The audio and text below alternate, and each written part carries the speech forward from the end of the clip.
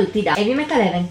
Oggi ci occupiamo del 10° album di una prolifica band che continua a mescolare death e groove metal col folk metal orientale in maniera ottima.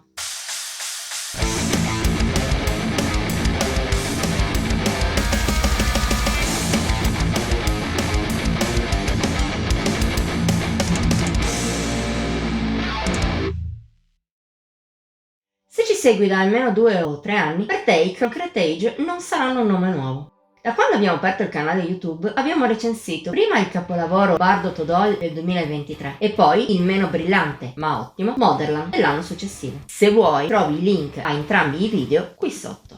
In ogni caso, nel secondo album citato, questo gruppo, con musicisti di varia provenienza ma di origine russa, si staccavano un po' dal primo, coi suoi temi politici e il maggior estremismo sonoro. Da questo punto di vista, Awaken the Gods, 10° album della prolificissima carriera dei Concrete Age, è un ritorno verso Bardo Todol. In primis lo è nelle liriche, con cui la band riprende i temi più religiosi e filosofici che l'hanno sempre contraddistinta. Ma anche a livello stilistico, il gruppo si ricollega almeno in parte al passato. I rinforzi più trash sono molto meno presenti e le due componenti del suono sono meno in contrasto, più amalgamate tra loro.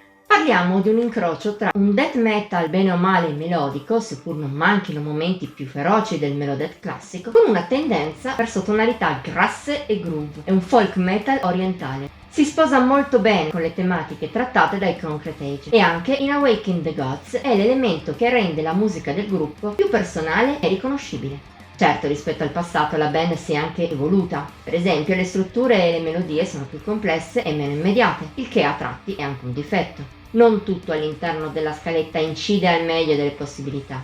In effetti, a tratti, Awaken the Gods dà la stessa idea di Motherland, quella di essere stato composto di fretta, senza curare al meglio tutti i dettagli. Ed è un po' un peccato, visto che per il resto i Concrete Age si confermano in termini di classe, di bravura, di maturità. E anche l'ispirazione non certo di basso livello, anzi. Le prove migliori di tutto ciò sono la title track e Middle East Boogie. La prima è profonda e molto centrata sul folk, mentre solo a volte il metal torna in scena, sempre in maniera molto melodica. Anche il resto punta sull'armonia, il che ai Concrete Age riesce alla grande, soprattutto per quanto riguarda gli strumenti etnici e la voce del mastermind Ilya Morozov. Il risultato è profondo e spirituale, oltre che catturante il giusto. Anche la seconda è molto orientata verso sonorità folk. Tutta strumentale, mette in mostra melodie medio orientali sia dagli strumenti tradizionali che dalle chitarre, mentre solo al centro si sprigiona il lato più metal del gruppo, peraltro in maniera molto incisiva. Il bello di Awaken the Gods però non finisce qui. Possiamo citare per esempio Pray for Me, coraggiosa opener di quasi 8 minuti che mette già le cose ben in chiaro, tra momenti pestati, altri più folk e molti in cui le due influenze si mescolano, con tanti bei fraseggi e momenti di alto livello. Ottima anche Where Storm Are Gathered, nervosa e con melodie valide, ma anche alcuni dei riff più graffianti del disco. Impossibile poi non citare le due cover in chiusura. Boro Boro, in origine un pezzo tra folk, pop ed elettronica del cantautore iraniano Arash, è portata molto bene all'interno del genere del gruppo. Ancor meglio fa però Shimarik, altra rilettura di un brano dance pop, stavolta del turco Tarkan, in cui in occidente è famosa la versione intitolata Kiss Kiss di Oli Valance.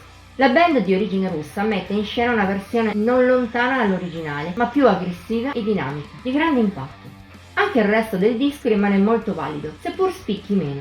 In generale, nonostante l'estro creativo apprezzabile, forse i Concrete Age dovrebbero prendersi del tempo in più per comporre e registrare. È probabile che non sia un caso se il loro disco per noi più apprezzabile e focalizzato, Bardo Todol, sia arrivato 3 anni dopo il precedente. Ma in fondo va bene anche così. Seppur proseguisse su questo ritmo, non sarebbe un grosso problema. Forse la band di origine russa può far meglio, ma Awaken the Gods rimane un album ottimo, solido quanto il precedente.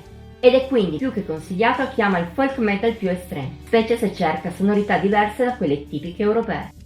Voto di Heavy Metal Heaven 84 su 100.